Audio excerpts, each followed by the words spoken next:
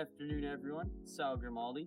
Today we're out at 37059 Pecan Street in Hilliard, Florida.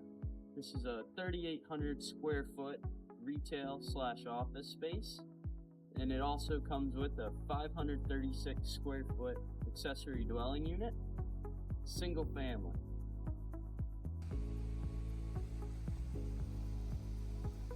Now we're entering into the 3,800 square foot space.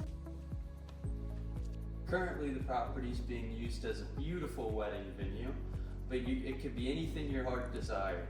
With Nassau County's C1 zoning, it allows for a wide variety of office and retail uses.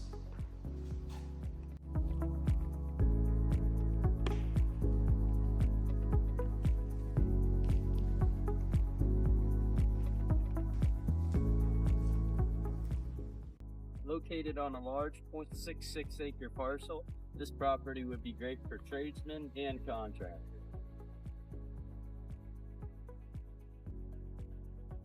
Alright, and now we're at the 556 square foot house on the property. It's a 2-bed, 1-bath. Let's take our way inside. This space would make for a great single family house or office space.